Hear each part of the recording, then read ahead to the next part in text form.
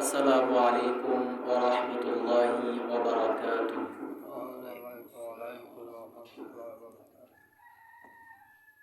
আলহামদুলিল্লাহ আলহামদুলিল্লাহি নাহমাদুহু ওয়া নাস্তাঈনুহু ওয়া নাস্তাগফিরুহু ওয়া নু'মিনু বিহি ওয়া নাতাওয়াক্কালু আলাইহি ونعوذ بالله من شرور أنفسنا ومن سيئات أعمالنا من يهده الله فلا مضل له ومن يضلله فلا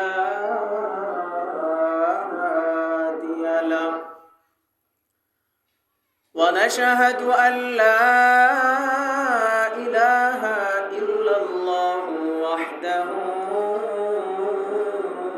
لا شريك له ونشهد أن سيدنا وسندنا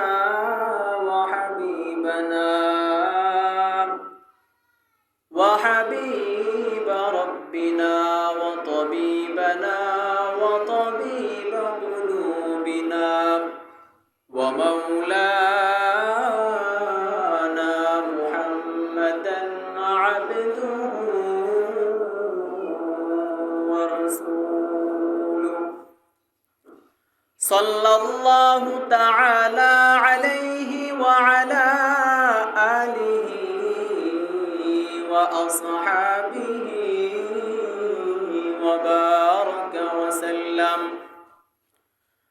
وبارك وسلم تسليما كثيرا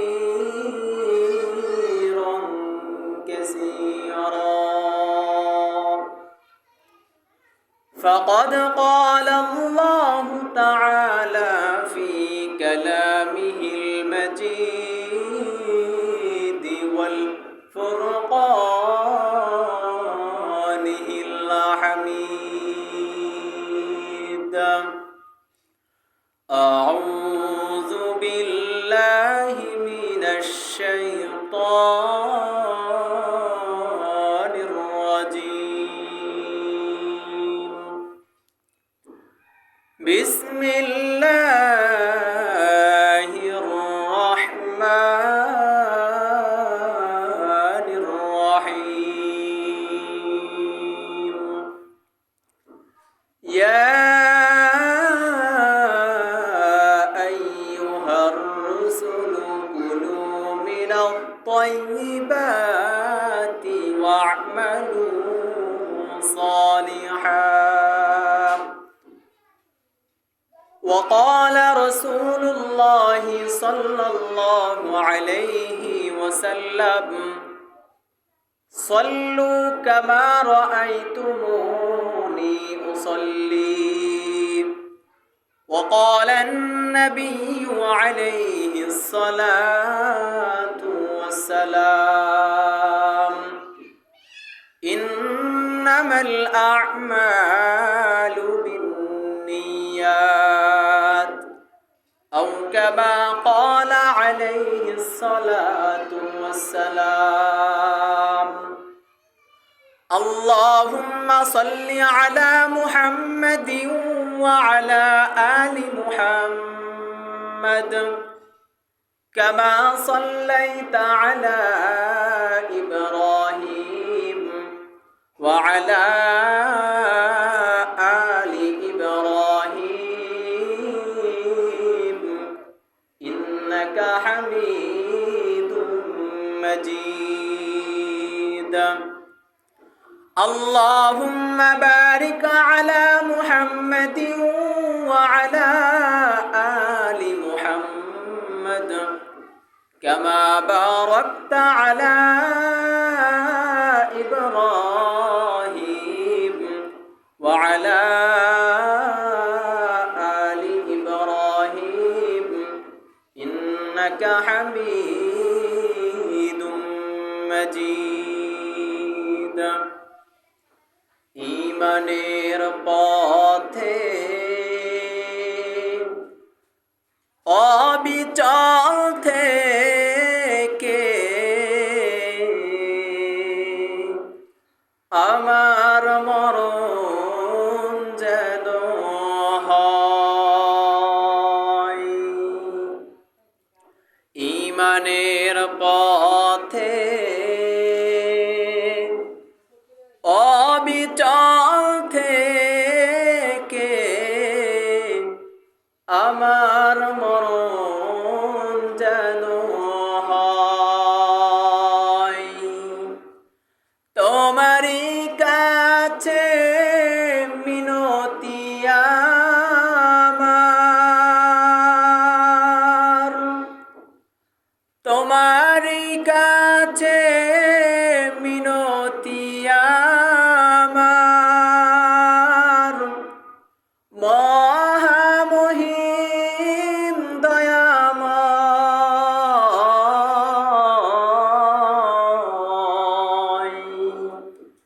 ঈমানের পথে অবিচল থেকে আমার মরণ যেন হয়। আলহামদুলিল্লাহ। মুহতারাম মুসল্লিয়ানে কিরাম, আমরা সকলেই প্রথমেই আল্লাহ সুবহানাহু ওয়া তাআলা দরবারে শুকরিয়া আদায় করছি যে মহান আল্লাহ রব্বুল ইজ্জত আল জালাল আমাদেরকে আল্লাহ সুবহানাহু ওয়া তাআলা তার কুদরতি পায়ের মধ্যে সিজদা দেওয়ার জন্য আমাকে আপনাকে কবুল করেছেন। জুমার সালাত আদায় করার জন্য তার ঘর মসজিদে আমাকে আপনাকে আসার বসার এবং কিছু দিনী কথা বলা এবং শোনা বোঝার তৌফিক দান করেছেন। সকলেই ইমানি আওয়াজ দিয়ে জোরে জোরে বলি আলহামদুলিল্লাহ।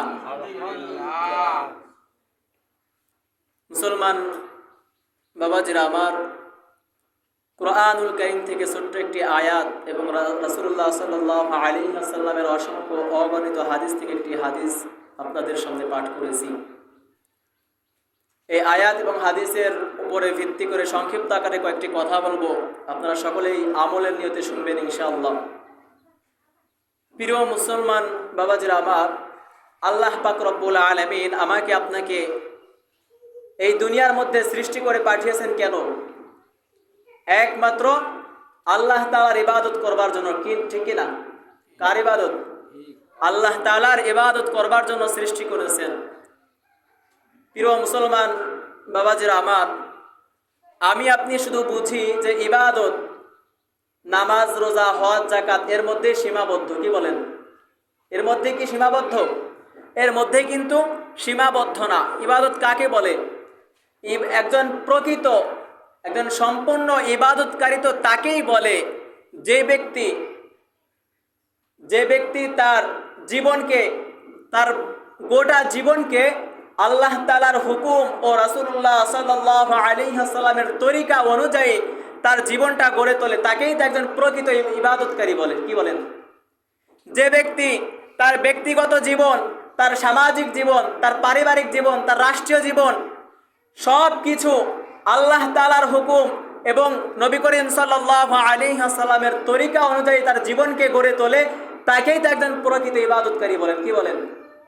মুসলমান বাবাজিরা আমার, আমরা শুধু বুঝি যে ইবাদত শুধু নামাজ, রোজা, হজ, যাকাত এর মধ্যেই সীমাবদ্ধ, কিন্তু বাবা না, ইবাদত শুধু এর মধ্যেই সীমাবদ্ধ না। আমার আলোচনার বিষয় হচ্ছে আমি আপনি যে দৈনন্দিন যে ইবাদতগুলো করি, এই ইবাদত কবুল হওয়ার কিছু পূর্ব শর্ত আছে। কয়েকটি শর্ত সম্পর্কে আলোচনা করব ইনশাআল্লাহ। প্রত্যেকে আমলের নিয়তে শুনবেন। মুসলমান বাবাজিরা আমার, আমি আপনি যে দৈনন্দিন ইবাদত করি, এই ইবাদতগুলো কবুল হওয়ার জন্য সর্বপ্রথম শর্ত হলো ইখলাসের সহিত ইবাদত করা। কিসের সহিত? সবাই বলেন না, কিসের সহিত? ইখলাসের সহিত। সবাই মনোযোগ দেন এদিকে। ইখলাসের সহিত ইবাদত বন্দেগী করতে হবে। দ্বিতীয় নাম্বার শর্ত হচ্ছে ইত্তেবায়ে রাসূল, অর্থাৎ রাসূলুল্লাহ সাল্লাল্লাহু আলাইহি ওয়াসাল্লামের তরিকা অনুযায়ী করতে হবে। তিন নাম্বার শর্ত ইবাদত কবুল হওয়ার জন্য 3 নাম্বার শর্ত রিজিক হালাল হইতে হবে। কি হইতে হবে? রিজিক হালাল হইতে হবে। সবাই বলেন না, 1 নাম্বার শর্ত কি? ইখলাসের সহিত ইবাদত করতে হবে। 2 নাম্বার সহিত কি? রাসূলের তরিকা অনুযায়ী। 3 নাম্বার শর্ত হালাল রিজিক। এখন একটু বুঝেন ইখলাস কাকে বলে? ইখলাস কাকে বলে? ইখলাস তাকেই বলে, ইখলাস হচ্ছে আমাদের প্রথমে নিয়তকে ঠিক রাখতে হবে। কি করতে হবে? আমার আপনার নিয়তকে ঠিক রাখতে হবে। নামাজ পড়তে হবে একমাত্র কার জন্য? আল্লাহর জন্য। রোজা রাখতে হবে কার জন্য?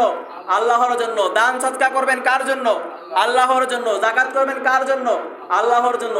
মোট কথা আমি আপনি যা কিছু করব সব কিছু কার জন্য হবে? আল্লাহর জন্য। আল্লাহ রাব্বুল আলামিন পবিত্র কোরআনের মধ্যে বলেছেন, ইন্না সলাতি ওয়া নুসুকি ওয়া মাহইয়ায়া ওয়া মামাতি লিল্লাহি রাব্বিল আলামিন। নিশ্চয় নামাজ, কুরবানি, জীবন মরণ একমাত্র কার জন্য? আল্লাহর জন্য। আমি আপনি যা কিছু করব সব কিছু একমাত্র আল্লাহ তাআলাকে রাজি খুশি করার জন্য করতে হবে। যদি আমি আপনি নামাজ পড়লাম, এই নামাজের মধ্যে ইখলাস নেই, রাসূলের তরিকা নেই, এই নামাজ কি কবুল হবে? কোশ্চিন কালেও কবুল হবে না।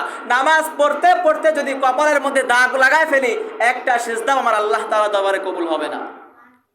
আমি আপনি রোজা রাখলাম, এই রোজার মধ্যে যদি ইখলাস না থাকে, রাসূলের তরিকা অনুযায়ী যদি না হয়, তাহলে রোজা কি কবুল হবে? কবুল হবে না। এই যে আমি আপনি যদি দান সদকা করতেছি, এই দান সদকার মধ্যে যদি ইখলাস না থাকে, রাসূলের তরিকা অনুযায়ী যদি না হয়, তাহলে কি কবুল হবে? কবুল হবে না। এই জন্য মুসলমান বাবাজিরা আমার, এক কথায় আমি আপনি যা কিছু করব, যত ইবাদত বন্দেগী করব, সব কিছু হইতে হবে কার জন্য? আল্লাহ তাআলার জন্য। মুসলমান বাবাজিরা আমার, আমাদের সমাজে কিছু মানুষ আছে, তারা এরকম ভাবে নামাজ পড়ে লোককে দেখানোর উদ্দেশ্যে, ঠিক না? লোককে দেখানোর উদ্দেশ্যে নামাজ পড়ে বহুত আছে। মুসলমান বাবাজিরা আমার, মানুষকে দেখানোর জন্য যদি নামাজ হয়, ওই নামাজটা কিন্তু আপনার কবুল হবে না। মুসলমান বাবাজিরা আমার, গভীর মনোযোগ। আল্লাহ পাক রব্বুল আলামিন এরকম ভাবে কাল কঠিন কিয়ামতের ময়দানে, কঠিন মুসিবতের সময় এরকম কিছু বড় বড় ইবাদতকারীকে আল্লাহ রাব্বুল আলামিন থেকে জিজ্ঞাসিত করবেন, হে আমার বান্দা, হে আমার বান্দি, দুনিয়াতে তোমরা জীবিত থাকা অবস্থায় তোমরা আমি আল্লাহ তাআলার জন্য কি করেছো? তখন তারা বলবে, ওগো রব্বুল আলামিন, ওগো আরশের মালিক, দুনিয়াতে জীবিত থাকা অবস্থায় আমরা তোমার জন্য নিজের জীবনটা পর্যন্ত দিয়ে দিয়েছি। আল্লাহ রাব্বুল আলামিন বলবেন, না রে বান্দা না, তোমরা তো জীবন দিয়েছো আমি আল্লাহ তাআলার জন্য নয়, তোমরা জীবন দিয়েছো মানুষকে দেখানোর জন্য। তোমরা জীবন দিয়েছিলে মানুষ তোমাকে বীর বাহাদুর বলবে, তোমরা জীবন দিয়েছিলে এজন্য যে মানুষ তোমাকে বড় যোদ্ধা বলবে, মানুষ তোমাকে সুনাম করবে, প্রশংসা করবে, এই কারণে তোমরা যুদ্ধ করেছিলে। তখন আল্লাহ রাব্বুল আলামিন বলবে, হে বান্দা, তোমার যা প্রয়োজন তুমি সেটা দুনিয়াতেই পেয়ে গিয়েছো, সুতরাং আমার কাছ থেকে এখন তোমার পাওয়ার কিছুই নেই, সুতরাং যাও যাও, তুমি জাহান্নামে চলে যাও। হে মুসলমান আল্লাহর গোলাম, এরকম কিছু নামাজি, কিছু রোজাদার ব্যক্তিকে আল্লাহ রাব্বুল আলামিন ডাক দিয়ে জিজ্ঞাসা করবেন, হে আমার বান্দা, হে আমার বান্দি, দুনিয়াতে জীবিত থাকা অবস্থায় তোমরা আমি আল্লাহ তাআলার জন্য কি করেছো? তখন ওই বান্দা বান্দিরা গুলো বলবে, ওগো রব্বুল আলামিন, দুনিয়াতে জীবিত থাকা অবস্থায় আমরা তোমার জন্য নামাজ পড়েছি, সারাটা রাত জাগ্রত হয়ে তোমার জন্য নামাজ পড়েছি, সারা দিন কষ্ট করে না খেয়ে তোমার জন্য রোজা রেখেছি। তখন আমার আল্লাহ রাব্বুল আলামিন বলবেন, না রে বান্দা না, তোমরা তো আমি আল্লাহ তাআলার জন্য তোমরা নামাজ পড়ো নাই, আমি আল্লাহ তাআলার জন্য তোমরা রোজা রাখো নাই, তোমরা তো নামাজ পড়েছিলে। দুনিয়ার মানুষ তোমাদেরকে নামাজি বলবে, দুনিয়ার মানুষ তোমাদেরকে বড় আল্লাহওয়ালা বলবে, বুজুর্গ বলবে, দুনিয়ার মানুষ তোমাদেরকে প্রশংসা করবে। এই প্রশংসা অর্জন করার জন্য তোমরা নামাজ পড়েছিলে, এই প্রশংসা পাওয়ার জন্য তোমরা রোজা রেখেছিলে, সুতরাং আমি আল্লাহ তাআলার কাছে এখন তোমাদের পাওয়ার কিছুই নেই, সুতরাং তোমরা যাও যাও জাহান্নামে চলে যাও। হে মুসলমান বাবাজিরা আমার, এরকম কিছু বড় বড় দানশীল কি আল্লাহ রাব্বুল আলামিন জিজ্ঞাসা করবে, হে আমার বান্দা, হে আমার বান্দি, তোমরা দুনিয়াতে জীবিত থাকা অবস্থায় আমি আল্লাহ তাআলার জন্য কি কি করেছো? তারা এরকম ভাবে বলবে, ওগো রব্বুল আলামিন, দুনিয়াতে জীবিত থাকা অবস্থায় তোমাকে রাজি খুশি করার জন্য মাদ্রাসা তৈরি করেছিলাম, মসজিদ তৈরি করেছিলাম, মাদ্রাসা মসজিদ এরকম ভাবে দান করেছিলাম, জনকল্যাণমূলক কাজ করেছিলাম, মানবতামূলক কিছু কাজ করেছিলাম, দান খয়রাত করেছিলাম। তখন আল্লাহ রাব্বুল আলামিন বলবেন, না রে বান্দা না, এইগুলো তো তোমরা করেছিলে দুনিয়ার কিছু সামান্য কিছু প্রশংসা অর্জন করার জন্য। তোমরা দুনিয়ার মানুষ তোমাদেরকে প্রশংসা করবে, শ্রদ্ধা করবে, ভালোবাসবে, এই জন্য তোমরা দুনিয়াতে এরকম দান করেছিলে, আমার জন্য তোমরা দান করো নাই। তখন আল্লাহ রাব্বুল আলামিন বলবে, আমার কাছ থেকে এখন তোমাদের পাওয়ার কিছু নেই, সুতরাং তোমরা যাও জাহান্নামে চলে যাও। হে মুসলমান আল্লাহর গোলাম, গভীর মনোযোগ। এরকম ভাবে সমস্ত ইবাদতকারীরা যাদের ইবাদতের মধ্যে ইখলাস থাকবে না, যাদের ইবাদতের মধ্যে রাসূলের তরিকা থাকবে না, এরকম প্রত্যেক ইবাদতকারীগুলো প্রত্যেকটা পদে পদে তারা ধরা খেয়ে যাবে। হে মুসলমান আল্লাহর গোলাম, একটু গভীর মনোযোগ দিয়ে একটু বুঝুন। দুনিয়ার লক্ষ লক্ষ মানুষ আমাকে ভালো বললো, কিন্তু আল্লাহ তাআলার কাছে আমি ভালো সাব্যস্ত হইলাম না, তাহলে ওই দুনিয়ার লক্ষ লক্ষ মানুষের ভালো বলাতে আমার কোনো কাজে আসবে? বোঝেন নাই মনে হয়। দুনিয়ার লক্ষ লক্ষ মানুষ আমাকে ভালো বললো, কিন্তু আল্লাহ তাআলার দরবারে, আল্লাহর কাঠগড়ায় আমি ভালো সাব্যস্ত হইতে পারলাম না, তাহলে দুনিয়াতে তারা আমাকে ভালো বললো, ওই ভালো বলা আমার কোনো কাজে আসবে? কোনো কাজে আসবে না। এই জন্য আল্লাহ রাব্বুল আলামিন পবিত্র কুরআনুল কারীমের মধ্যে অর্থাৎ খুব পরিষ্কারভাবে জানিয়ে দিয়েছেন, ওয়াত্তাকু ইয়াওমান লা তাজজি নাফসুন আন নাফসিন শাইআ। আল্লাহু আকবার। মুসলমান বাবাজিরা আমার, আল্লাহ রাব্বুল আলামিন এই আয়াতের মধ্যে পরিষ্কারভাবে জানিয়ে দিয়েছেন, হে দুনিয়ার মানুষেরা, তোমরা ভয় করো ওই দিনকে, যেই দিন দুনিয়ার কোনো মানুষ তোমাদের কোনো উপকারে আসবে না, দুনিয়ার কোনো কিছু তোমাদের উপকারে আসবে না। আল্লাহ রাব্বুল আলামিন অন্যত্র আরেকটা জায়গায় আরেকটু পরিষ্কারভাবে জানিয়ে দিয়েছেন, ওয়ালা তাজিরু ওয়াজিরাতুন উযরা উখরা। হে দুনিয়ার মানুষ, তোমাদের পাপের বোঝা কিন্তু কেউ বহন করবে না। করবে নাকি? পাপের বোঝা কেউ বহন করবে? কেউ কিন্তু বহন করবে না। নিজের পাপের বোঝা নিজেকে বহন করা লাগবে।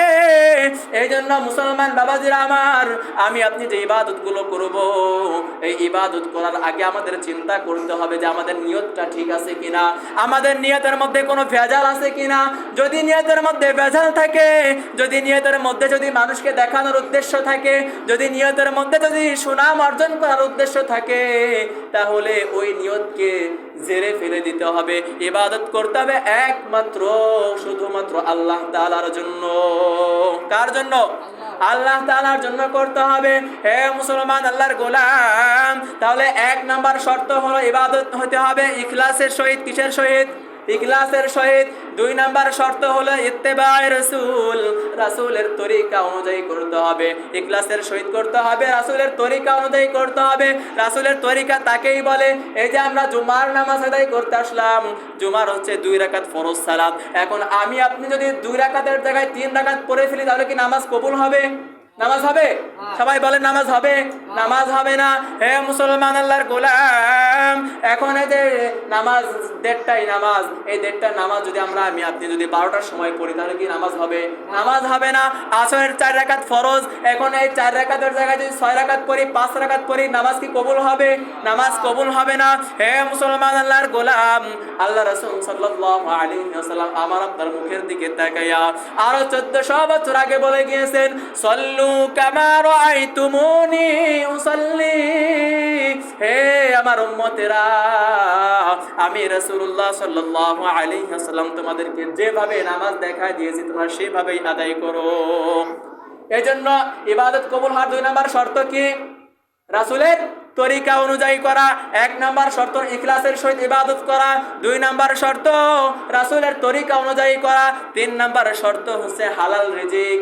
গত সপ্তাহে কিছু ভাঙাচোরা কথা বলেছিলাম, একটু অসুস্থ ছিলাম, এই জন্য ভালো করে বলতে পারছিলাম না। হে মুসলমান আল্লাহর গোলাম, 3 নাম্বার শর্ত হচ্ছে হালাল রিজিক হইতে হবে। একটা মানুষ যখন হালাল রিজিক উপার্জন করবে, একটা মানুষ যখন হালাল রিজিক ভক্ষণ করে, তখন তার তিনটা লাভ হয়। কয়টা লাভ? সবাই বলেন কয়টা লাভ? আরো জোরে বলেন কয়টা লাভ? তিনটা লাভ হয়।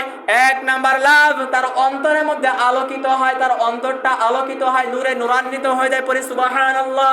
হে মুসলমান, আল্লাহর গোলাম, এক নাম্বার লাভ হলো তার অন্তরটা, তার কলবটা নূরুন ফিল কলবি, তার অন্তরটা নূরে নূরান্বিত হয়ে যায়। দুই নাম্বার লাভ হলো, দুই নাম্বার ফায়দা হলো সমস্ত প্রকার গুনাহ থেকে বেঁচে থাকা যায়। পরি সুবহানাল্লাহ। তিন নাম্বার লাভ হলো আল্লাহ তাআলার ইবাদত করার জন্য তৌফিক লাভ হয়। পরি সুবহানাল্লাহ। এজন্য হালাল রিজিক খাওয়ার দরকার আছে না নাই? হে মুসলমান, আসতে বলবেন না, ইমানের আওয়াজ দিয়ে বলেন দরকার আছে না নাই? হে মুসলমান, আল্লাহর গোলাম, একটা ব্যক্তি যখন হালাল রিজিক ভক্ষণ করবে, তখন তার এই তিনটা লাভ আল্লাহ তাআলা তাকে দান করে। আল্লাহ রাসূল সাল্লাল্লাহু আলাইহি ওয়াসাল্লাম হাদিসের মধ্যে বলেছেন, লা ইয়াদখুলুল জান্নাতা জাসাদুন গুদিয়া বিল হারাম। হারাম ভক্ষণকারীর শরীর জান্নাতে যাবে তো দূরের কথা, জান্নাতের ঘ্রাণও সে কখনো পাবে না। লা ইয়াদখুলুল জান্নাতা জাসাদুন গুদিয়া বিল হারাম। হারাম ভক্ষণকারীর শরীর জান্নাতে যাবে দূরে কথা, সে জান্নাতের ঘ্রাণও পাবে না। এজন্য মুসলমান বাবাজিরা আমার, হালাল রিজিক উপার্জন করতে হবে। হে মুসলমান, আল্লাহর গোলাম, ছোট্ট একটা ঘটনা বললে ভালো বুঝে আসবে। ইমাম শাফিঈ রাহমাতুল্লাহি আলাইহি, তিনি মিশরে থাকতেন। কোথায় থাকতেন? মিশরে থাকতেন। এবং ইমাম শাফিঈর ছাত্র সমতুল্য ইমাম আহমদ ইবনে হাম্বল রাহমাতুল্লাহি আলাইহি, তিনি বাগদাদে থাকতেন। বাগদাদে এরকম একদিন ইমাম শাফিঈ রাহমাতুল্লাহি আলাইহি, তিনি এরকম ভাবে ইমাম আহমদ ইবনে হাম্বলের কাছে চিঠি লিখলেন। চিঠির মধ্যে লিখে দিয়েছেন, ওগো ইমাম আহমদ, তোমার সঙ্গে অনেক দিন হলো তোমার সঙ্গে দেখা নাই, সাক্ষাৎ নাই, তুমি একদিন মিশরে আসো, তোমার সঙ্গে দেখা হবে, সাক্ষাৎ হবে। হে মুসলমান, আল্লাহর গোলাম, ইমাম আহমদ ইবনে হাম্বল রাহমাতুল্লাহি আলাইহি, তিনি চিঠিটা পাওয়ার সঙ্গে সঙ্গে তিনি উল্টা আরেকটা চিঠি লিখে দিলেন, আমি অমুক মাসে অমুক তারিখে আমি মিশরে আসব। হে মুসলমান, আল্লাহর গোলাম, এই খবরটা যখন ইমাম শাফিঈ রাহমাতুল্লাহি আলাইহির কানে পৌঁছে গেল যে ইমাম আহমদ ইবনে হাম্বল মিশরে আসবে, এই কথাটা শোনার সঙ্গে সঙ্গে ইমাম শাফিঈ রাহমাতুল্লাহি আলাইহি, তিনি তার এলাকার সমস্ত ব্যক্তিবর্গদেরকে তিনি দাওয়াত দিতে শুরু করলেন। রাজা বাদশা থেকে নিয়ে সমস্ত প্রকার যত ধরনের ব্যক্তিবর্গ আছে, সবাইকে তিনি এরকম ভাবে দাওয়াত দিতে শুরু করলেন। হে মুসলমান, আল্লাহর গোলাম, গভীর মনোযোগ ভালো করে বুঝেন। ইমাম আহমদ ইবনে হাম্বল রাহমাতুল্লাহি আলাইহি মিশরে চলে গেলেন। এরকম ভাবে অনেক বড় অভ্যর্থনা, অনেক বড় ইস্তেকবাল তাকে জানানো হয়েছে। দুই পাশের রাস্তায় এরকম ভাবে 3 থেকে 4 মাইল এরকম ভাবে মানুষ দুই পাশে দাঁড়িয়ে ফুলের তোড়া ছিটিয়ে তাকে অভ্যর্থনা জানিয়েছেন। অনেক বড় ইস্তেকবাল। হে মুসলমান, আল্লাহর গোলাম, যখন তিনি মিশরে চলে গেলেন, যাইতে যাইতে রাত হয়ে গিয়েছিল। তিনি যে এরকম ভাবে রাতের খানা খাওয়ার জন্য এরকম ভাবে প্রত্যেকেই দস্তরখানে বসে আছে। হে মুসলমান, আল্লাহর গোলাম, প্রত্যেকেই দস্তরখানে খানা খাচ্ছে। ইমাম আহমদ ইবনে হাম্বল তিনিও দস্তরখানা বিছে খাবার খাচ্ছেন, কিন্তু প্রত্যেকের খানা খাওয়ার মধ্যে এবং ইমাম আহমদ ইবনে হাম্বল তার খানা খাওয়ার মধ্যে কিছুটা পার্থক্য আছে। হে মুসলমান, আল্লাহর গোলাম, প্রত্যেকেই খানা খাচ্ছে আস্তে আস্তে, কিন্তু ইমাম আহমদ ইবনে হাম্বল তিনি খানা খাচ্ছে এরকম ভাবে তিনি বড় বড় লোকমা দিচ্ছেন, ঘন ঘন লোকমা দিচ্ছেন। এই দৃশ্যটা দেখে প্রত্যেকের দিলের মধ্যে একটু কষ্ট লাগলো। প্রত্যেকে ভাবতে লাগলো, হায় রে, তিনি তো একজন আলেম মানুষ, তিনি তো একজন শিক্ষিত মানুষ, তিনি কেন এরকম ভাবে খানা খাচ্ছে? এরকম ভাবে প্রত্যেকে একটা পর্যায়ে প্রত্যেকে ইমাম শাফিঈ রাহমাতুল্লাহি আলাইহি অভিযোগের সুরে বলতে লাগলো, ওগো হুজুর, আপনি তো বললেন যে একজন বড় বুজুর্গ আসবে, আল্লাহর ওলি আসবে, কিন্তু আমরা তো দেখতে পাচ্ছি তিনি যেরকম ভাবে খানা খাচ্ছে এরকম ভাবে তার শানের সঙ্গে তারা মানায় না, এরকম তিনি যেরকম খানা খাচ্ছে। হে মুসলমান, আল্লাহর গোলাম, এরকম ভাবে ইমাম শাফিঈ রাহমাতুল্লাহি তিনিও এই দৃশ্যটা দেখে তিনিও মনের মধ্যে কষ্ট পাইলেন। মুসলমান, আল্লাহর গোলাম, খানা খাওয়া শেষ হয়ে গেল। রাত্রে প্রত্যেকে যার যার বাড়িতে চলে গেলেন। ইমাম আহমদ ইবনে হাম্বলকেও একটা ঘরের মধ্যে অবস্থান করার জন্য দেওয়া হলো। হে মুসলমান, আল্লাহর গোলাম, ইমাম শাফিঈ রাহমাতুল্লাহি আলাইহি তার ছেলে মেয়েরা ওযু করার জন্য তার ঘরের মধ্যে আগে থেকে পানি রেখে দিয়েছিল। ওযু করার জন্য, সেই সাথে তাহাজ্জুদ পড়ার জন্য, ওযু করার জন্য পানি রেখে দিয়েছিল। হে মুসলমান, আল্লাহর গোলাম, ইমাম আহমদ ইবনে হাম্বল রাহমাতুল্লাহ আলাইহি তিনি ঘরের মধ্যে অবস্থান করতেছেন। ফজরের সময় হয়ে গিয়েছে, তিনি এরকম ভাবে মসজিদে চলে গিয়েছেন। ইমাম শাফিঈ রাহমাতুল্লাহ আলাইহির ছেলেমেয়েরা ঘরের মধ্যে ঢুকে দেখতেছে ওযু করার পানি দিয়েছিল, সেই পানিটা পানির জায়গায় পড়ে আছে, পানির দরকার ভয় নাই, পানি তিনি খরচ করেন নাই। এই দৃশ্যটা দেখার পর ওই ছোট্ট ছোট্ট ছেলেমেয়েরা তারা মনের মধ্যে কষ্ট পেয়েছে, আরে আমরা হুজুরের জন্য হুজুর ওযু করবে জন্য পানি রেখে দিয়েছি, কিন্তু হুজুর তো দেখছি পানি খরচ করে নাই, পানি ব্যবহার করে নাই। হে মুসলমান আল্লাহর গোলাম, এই দৃশ্যটা দেখা তারা তার বাবার কাছে ইমাম শাফিঈর কাছে নালিশ দিয়েছে, ওগো বাবা, আমরা তো এরকম ভাবে হুজুর ওযু করার জন্য পানি রেখে দিয়েছিলাম, হুজুর তাহাজ্জুদের নামাজ পড়বে, তিনি আল্লাহর একজন বুজুর্গ, অনেক বড় ওলি, তাহাজ্জুদ পড়বে, এই জন্য ওযুর জন্য পানি রেখে দিয়েছিলাম, কিন্তু আমরা তো দেখতেছি পানি পানির জায়গায় পড়ে আছে, তিনি পানি খরচ করেন নাই। ইমাম শাফিঈ রাহমাতুল্লাহ আলাইহি ইমাম আহমদ ইবনে হাম্বলের কাছে জিজ্ঞাসা করেই বসলো, তো প্রশ্ন করেই বসলো, ওগো ইমাম আহমদ ইবনে হাম্বল, তোমার এই পরিবর্তনটা কতদিন ধরে, তোমার ভিতরে এই ঘাটতিটা কতদিন ধরে হয়েছে? ইমাম আহমদ ইবনে হাম্বল বলতেছে, ওগো হুজুর, আমার মধ্যে এমন কি পরিবর্তন দেখলেন, আমার মধ্যে এমন কি ঘাটতি দেখলেন? তখন ইমাম শাফিঈ বলতেছে, তুমি যখন খানা খাচ্ছিলে এরকম আরো সবাই খানা খাচ্ছিল, কিন্তু প্রত্যেকে আমার কাছে অভিযোগ দিয়েছে, আমার কাছে নালিশ দিয়েছে, তুমি বড় বড় লোকমা দিচ্ছিলে, বড় বড় লোকমা দিয়ে খানা খাচ্ছিলে। তখন ইমাম আহমদ ইবনে হাম্বল বলতেছে, তাহলে ঘটনাটা শোনো, আমি যখন খানা খাচ্ছিলাম, আমি যখন খানার মধ্যে হাত দিব, এই খানাটা তো শতভাগ তোমার হালাল রিজিক। আমি যখন খানা খাবো, যখন খানার মধ্যে হাত দেব, তখন আমি দেখতেছি খানার মধ্যে আল্লাহ তাআলার পক্ষ থেকে রহমত এবং নূর বর্ষিত হচ্ছে। সুবহানাল্লাহ। আমি এরকম ভাবে দেখতেছি খানার মধ্যে সরাসরি আল্লাহ তাআলার পক্ষ থেকে, কার পক্ষ থেকে? সরাসরি আল্লাহ তাআলার পক্ষ থেকে রহমত এবং নূর বর্ষিত হচ্ছে। এই জন্য আমি ভেবেছি এই নূরওয়ালা খাবার, এই নুরানি খাবার, এই বরকতওয়ালা খাবার, রহমতওয়ালা খাবার যত বেশি আমার ভিতরে ঢুকানো যায়, এই জন্য আমি বড় বড় লোকমা দিয়ে আমি খানা খেয়েছি।